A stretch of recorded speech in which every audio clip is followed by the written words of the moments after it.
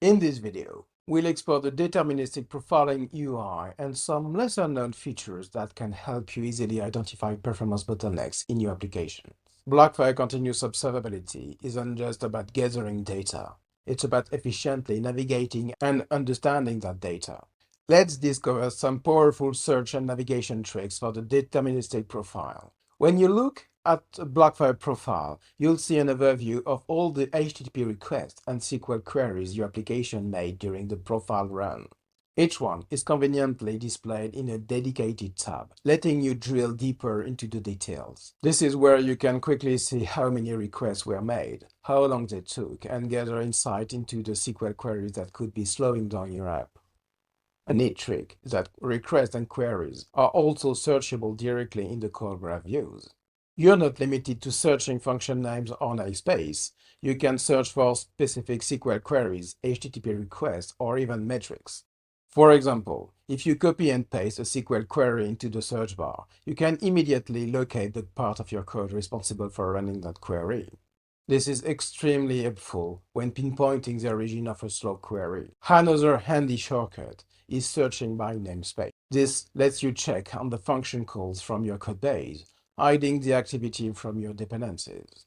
We can also type SQL dots to reveal all function calls contributing to metrics under the SQL namespace. This helps you quickly narrow down the code path responsible for SQL activity.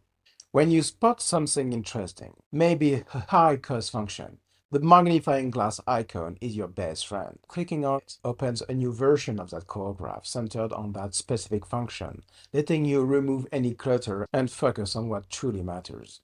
You can keep using these magnifying glasses to move around the core graph until you find exactly what you're looking for. If you ever need to return to the original view, simply click on the Home icon at the top right corner. Do you notice these colored squares in the function list?